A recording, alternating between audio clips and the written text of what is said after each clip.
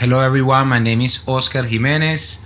I'm a singer, songwriter, and music producer based in Melbourne, originally from Colombia, but based in Australia for about 20 years now.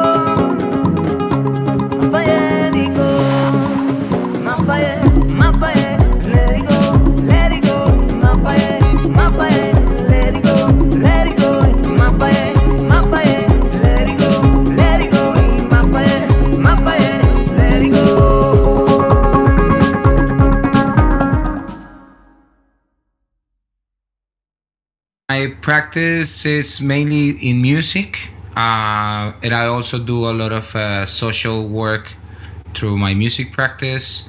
I'm currently working part time for an organization called Multicultural Arts Victoria, and I basically take care of some of the music projects that come through the organization, or music projects that ideas that I propose to create more diversity within the arts and the local scene.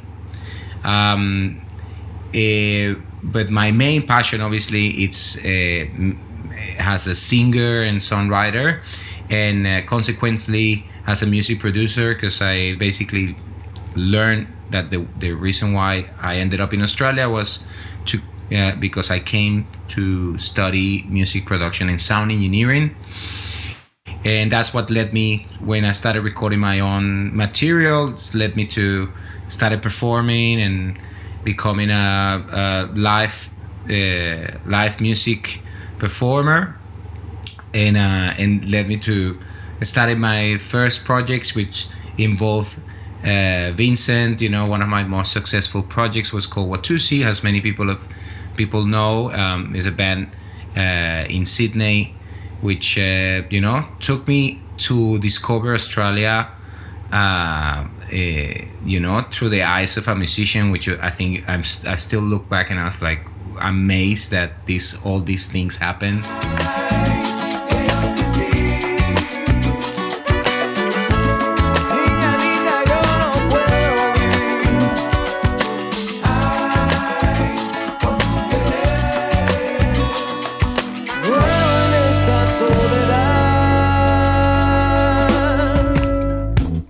From the look on the face when I walk. During my years of discovering myself, but also kind of discovering Australia as a country, I didn't travel that much, really. If it wasn't for music, I wouldn't discover so many amazing places. And that led me eventually to tour in Melbourne, where I met my now my wife, Catherine, which years later I decided to move here, she's very settled here in the visual scene. She's a visual artist, but she's also a poet and MC, and with her we started doing some collaborations, and through those collaborations we started a new project which is called Amaru Tribe, and it's a project where it balances up a lot of her skills and my skills into one kind of artistic marriage.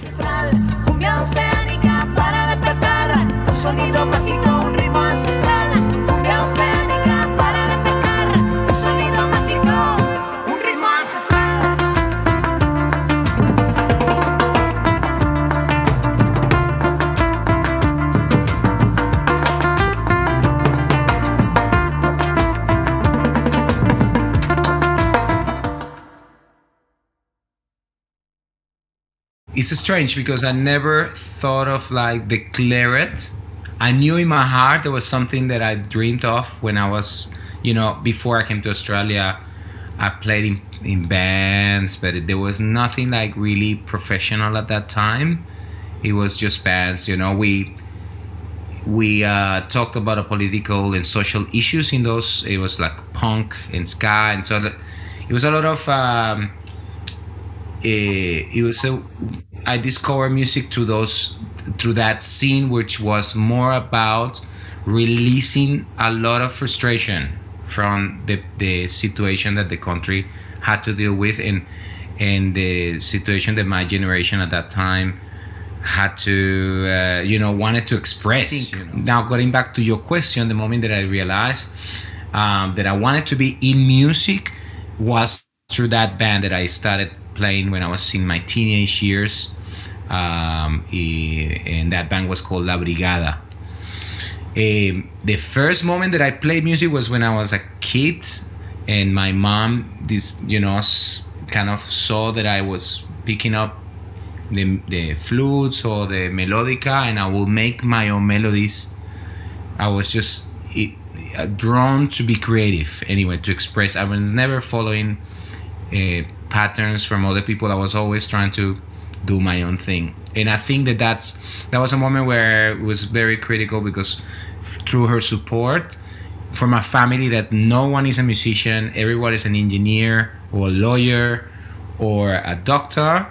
It was a very tough environment for someone like me to actually kind of stand, to really stand my ground and say, this is what I'm gonna do.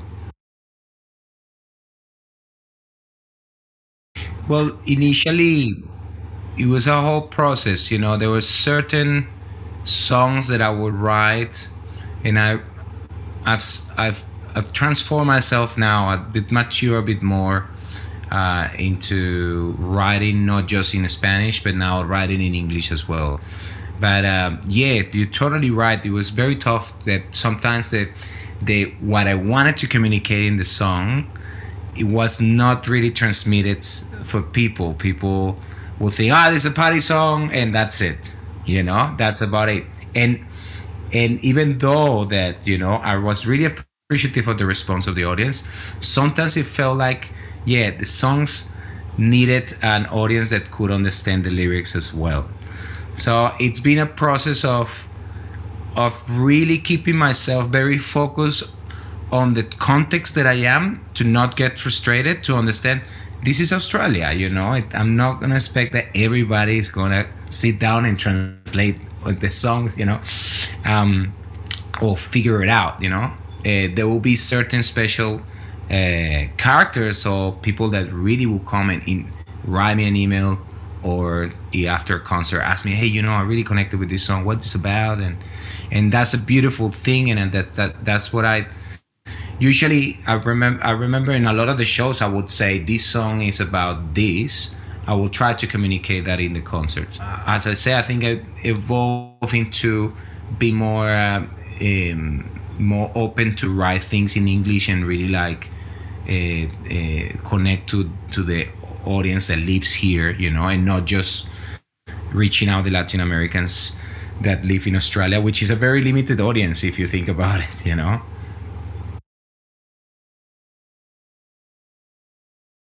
Yeah, it does connect with a lot of the Colombians, and I felt that that's where I found a lot of support from the Latin American community, especially the new wave of Latin American community that understood what some of these things that I was singing about, or that I will sing some of the lyrics. But I guess that I also, through all these years, I've been going to Colombia and coming back, and in that coming back, I've also been reaching out to listen to what other artists are saying, and reinventing myself, to keep to be growing and learning. So I think through the years, I've created connections in Colombia that have become recordings and songs that I do a lot in, and you know this, Vincent, because you've done work with me on my solo projects, and those songs are really close to my heart, because they are songs really about my family, or things that happened to me personally. And I found that those songs are really, yeah, for the Latin American audience, are songs that are really, I feel that they really connect with those, with that style, you know. Yeah, well, arts definitely, it's become a channel, but it's also, it's really, it's a natural way of expressing. It's just another language. It's just basically another language. And us as artists, we always trying to communicate in different ways that um, that move people, or that change people's perspective about something. You know, I've been trying to, I wouldn't say trying, but just like in a lot of my music, I try to internationalize, um, or be almost like a cultural bridge between my Latin American roots in Australia, or not just Australia, but you know, to any audience that doesn't know much about Latin America. I've been trying to express through my art the way that I feel, the love that I feel for my country, or the sensation that I felt when I was in a day watching the sunset in the Caribbean, or the nostalgic that I feel when I'm in Australia, in a beach watching a sunrise. You know, so I think that that's where I feel that arts for me has become the most essential tool to connect to to connect to audiences from all around the world. Like it's been, um, yeah, I feel that we have um, almost like a magic tool to be able to connect to any cultures, you know. And I've experienced that from not just in Australia, but from the privilege of being toured to other countries and playing for these audiences that don't even understand English, you know. So it's like, um, that's where I feel that art is just the most powerful tools for of connecting us and bringing us together, and without words, sometimes without even words, it's just a vibration that makes you understand, you know, makes you understand how you feel sometimes. I've been going ups and downs about this, because I feel that inspiration is something that it's, I think it's more about really putting yourself in the discipline of doing things, and not waiting for this thing called inspiration, and just doing things from authentic perspective, and from just the wanting of achieving, and doing the things and expressing what you want to express. Sometimes it's gonna be great, sometimes it's not gonna be that great. But yeah, I feel that some days that I put myself in the position I'm gonna finish something, um, nothing comes, you know, nothing good comes. And some days I'm just in my room, wake up, play the piano, having breakfast, and something amazing comes. So yeah, it's almost like an unexpected thing. But one thing that I learned about inspiration is it's really about the discipline, about your passion. You know, it is, why are you doing this, and what are you gonna do with this gift? What are you gonna do with this gift? You know, not many people have this privilege, and you gotta do something good for the world. And I think that's what's kept me focused in the last few years, of just don't build so much expectation of what people are gonna say, or if this is gonna have to be released that way, it has to be this big, and it's gonna be amazing. No, just finish the song, share it with the world, and then let that take its course. You know, it's an important process, because I think in early days I would look for approval from people, and initially I will get that a lot of attention, when we were touring on these big tours, and you get that a lot of attention. But there will be moments where there will be a drop of of opportunities that just stop happening. And I think there was a moment in my life that I felt frustrated that I was not getting the attention that I had for a few years, right? And so it affected my being, But as you said, the process of creation, and I used that tool of that frustration, I used that as a tool of creation. And I was thinking about things that that I was feeling at that moment, and I wrote a couple of songs about that, and I think that's where art helps you heal, and music has that power of healing. So I think that for my self-being, yes, my art has become a powerful tool of nurturing my spirit, of keeping my spirit high, when I'm low. Using it as a tool of healing myself through the music has been super important, and essential for my personal growth. Because I guess that we all human beings experience very similar things, but from different eyes, But it's not until we share it to the world that people can view themselves in that, And I've experienced that through songs from other artists, for example, where I've heard songs that have helped me heal, and that I hear, and sometimes cry, or sometimes just songs that bring me joy.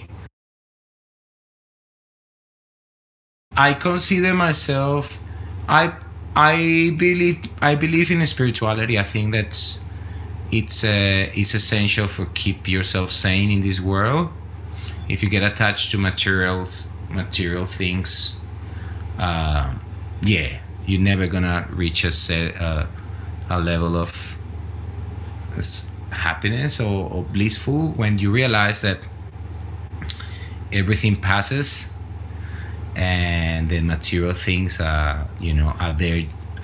Not that they are not good; they are blessings, but not to get attached to them, because yeah, you are complete just on your own, in and I've been listening to a lot of spirituality podcast, and I've kept myself to the levels, to the points in my life where I felt like, when I was sharing to you guys just recently, that I felt like there's moments that everything went down, and I didn't get that attention, and when I moved to Melbourne, I had to build up myself from zero, almost, because I didn't have the community that I built in Sydney, and I have to build a community around myself here, and almost like I felt like I came back again to prove myself.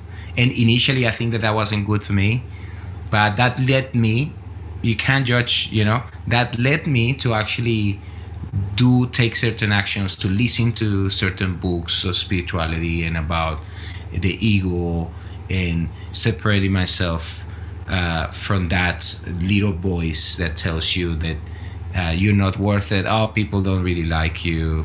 Your time is gone. You're too old. You're fat, and all that stuff. And so that led me to reading and listening, and I think my mom and my dad were parallel to that. My mom had a cancer during the years that I've in 2012, and it was very tough years to be away from the family. But through those years, I appreciate a lot of learnings, because we started share. I never had these conversations with my mom about spirituality, and I shared a book with her called The Power of Now from Eckhart Tolle, which for me had a very positive impact in myself. And I shared it to her, and she loved it. And then we were having conversations about it, and because she also felt yeah, challenged spiritually because of this sickness. But I guess that you never know when things, you can't say that when things happen to you that are good or bad. You just gotta take it and accept it, and really ask yourself what's there for me to learn from this. Even that I can, that sometimes is difficult, you know. I would say that initially there was a tool to discover my own self in my own, oh, you like what I play this Latin music, and the Australians say, yeah, you will love it. But then it's easy to impress people at the beginning, right? It's very easy to impress a kid in your first lesson, but impress him through a whole year, that's a real challenge, and that's where that you have to separate the ego, and I feel that that's where being being a migrant makes that challenge, allows you to grow, because it puts you in a context that uh, allows you to connect as a human being, and not you're not attached. You start to this detach yourself as this cultural identity called Colombian or Australian, and I start seeing Australians as human beings that have problems, have families, have love affairs, and have many things that we as people in Colombia experience, just through a different culture. And I think that I learned to love the beautiful things about Australian culture, the lightness and celebration, and the slangs, and the way they talk, and I've incorporated that in myself too, and I think that that's where I think I've learned to, yeah, of I'm still learning, but I feel that, yeah, allowing myself to fall in love with the local culture. It's been a beautiful thing to my music. I We don't know when things are gonna change, and I think that that's where the pandemic has teaches us to value every day in our lives, and I think that's the lessons that I'm very grateful of 2020. That not that we had to have a pandemic to learn that, but I guess that certain things just makes you grow faster. I think what I realized the last year is uh, to really share what I have. Share as much as I have, and not be too precious about it. So I think my future goals is to keep myself really, um, really true to myself in terms of what I'm gonna share, and and I'm very, at the moment. It's just I think about it, and I'm like, I got an album as a solo artist that I want to release. I got another one as a producer that I want to release, and then we got another with Amaru Tribe and Catherine, and I want to do another one with Watussi, and so it's like, there's so much that I want to do. I'm actually excited about the future. If I tell you the truth, I'm super excited. I'm just like, oof, yeah. I wish I had, you know 50 hours a day. I want to keep myself learning, and creating, building those connections, into like, into like become this old guy singing in a beach, drinking rum, and I don't know, playing the ukulele or something.